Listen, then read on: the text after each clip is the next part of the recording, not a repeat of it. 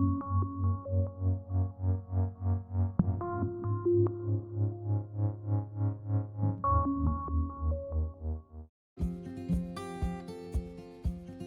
my name's Erin Fitzsimon. I'm studying a Bachelor of Music at the Queensland Conservatorium, Griffith University.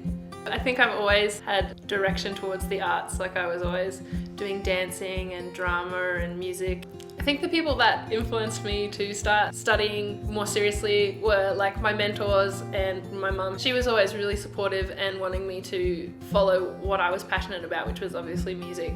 We moved to Toowoomba when Erin was 10 months old. I felt Toowoomba is a really good place to raise a family, particularly a family with children who are into all sorts of activities. For a while, Erin was going to pursue basketball, which was interesting, but I was supportive of that. I can't say that I wasn't happy when she decided to choose music instead. Being able to afford to live was the most daunting thing about leaving home. There have been several conversations where I've needed money for a go-kart or a sandwich, all the little things that you need to survive or get to uni with.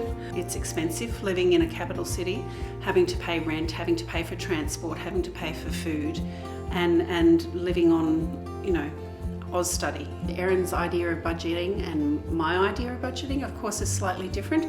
So, she had to work it out for herself and make it work for herself in the end. But I gave her some guidance. Emotionally, physically, financially, she helps in whatever way that she can. Whether it be a phone call at 1 a.m. in the morning or $20 into my bank account or coming home just for a hug. Sometimes she's pretty good like that.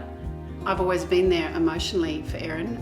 I would have liked to have been able to be more financially supportive. But by the same token, it's really helped Erin become an adult and take responsibility for her own life.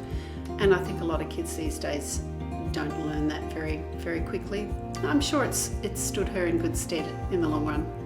If you want things to get done, you actually have to do it. And that's from just living on a basic level to pursuing your dream, wanting to be a sustainable musician. It's like kind of been like the biggest learning curve is just learning to go and do it. I try to organise gigs within my local area, so at the jazz club or at the Carnival of Flowers, things that I grew up with, I'm trying to come back to and be involved in as an adult. I think the thing that I'm proudest of with Erin is that she's pursuing everything to the best of her ability. It's not just the university, she's looking towards the future and really mapping things out and really networking and marketing herself and making the most of what she's learning at uni and taking it to the next level. To people that are in my position from a rural area wanting to go and study, I would say